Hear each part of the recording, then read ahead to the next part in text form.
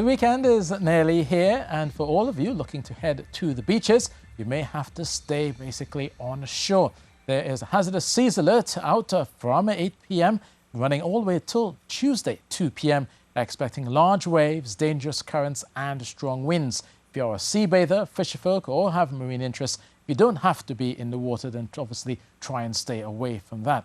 For north and eastern areas of Trinidad, also with Tobago, expecting this is where we'll see all of the hazardous seas. So still be mindful that we could be seeing maybe even along the south coast around the Moruga, possibility of some of those waves of 3 to 3.5 meters. Now, all of this is being caused by the strong winds offshore blowing in from the Atlantic, and that will continue to bring windy conditions as we go through the next few days. On the wind will still be a few pockets of cloud, however, so a few brief showers are expected, mostly during the first part of your morning, maybe towards the latter half of the day. But overall, you will notice the windy conditions causing those palms to sway, as well as noticing those rippling flags as you go through your Friday.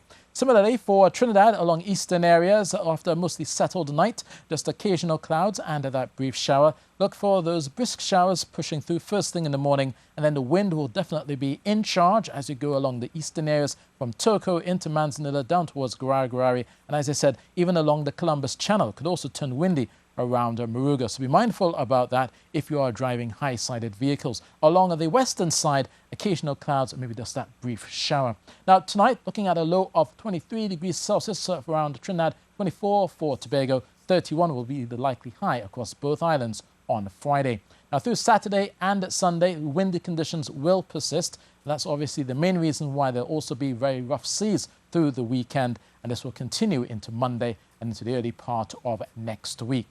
Now, across the seas, we've been noticing those strong northeast to easterly winds of 25 knots, bringing those very rough seas out there in the Atlantic up to 4 meters, close to 3 to 3.5 meters inshore around Trinidad and Tobago. And we talked about the full moon, which will have an added effect of bringing the higher than normal high tides at 4 a.m. and at 3:30 p.m.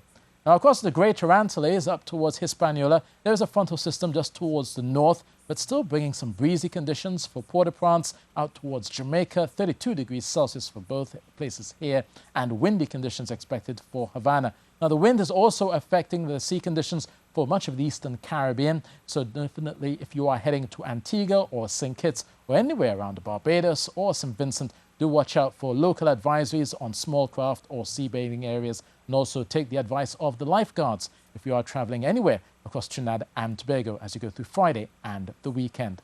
So that's your weather, and that's it from me.